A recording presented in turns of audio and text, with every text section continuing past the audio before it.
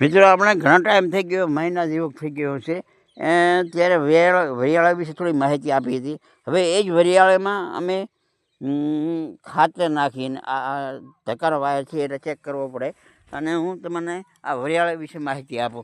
તો જો તમે એકદમ આ વરિયાળી છે કેવી મસ્ત મજાની છે. આમાં શું પાણી ખાતર નાખી અને પાણી વાળ્યું તો પહેલી ખરપી, પછી એને ખરપી અને ચોખ્ખી કરી, નીંદરમાને દૂર કર્યો.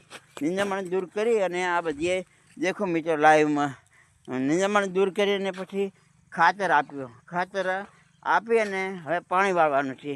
આ જો મિત્રો નીંદરમાને દૂર થવાથી એટલે એકદમ પ્રફુલ્લિત થઈ ગઈ છે એકદમ. જો હારમાં લગાડમાં જો લાઈવમાં બધે દેખો આપ સાહેબ મારા, દેખો લાઈવમાં આપ સબ દેખો, દૂર દૂર એકદમ બધી વરિયાળી છે.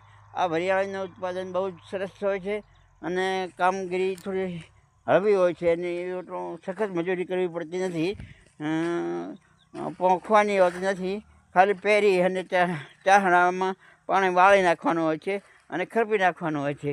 પછી એકદમ પ્રફુલ્લિત થઈ જાય છે, ઉગી નીકળે છે, પ્રફુલ્લિત થાય છે, ધમાકેદાર એની એન્ટ્રી થઈ જાય છે વરિયાળીની. તો મિત્રો આપ પણ વરિયાળીની ખેતી કરો અને વધુ ઉત્પાદન મેળવો.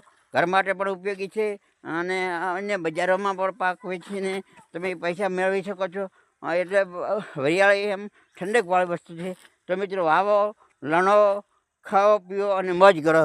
તો જય અંબે માતા, જય વંદે માતરમ, જય ગરવી ગુજરાત.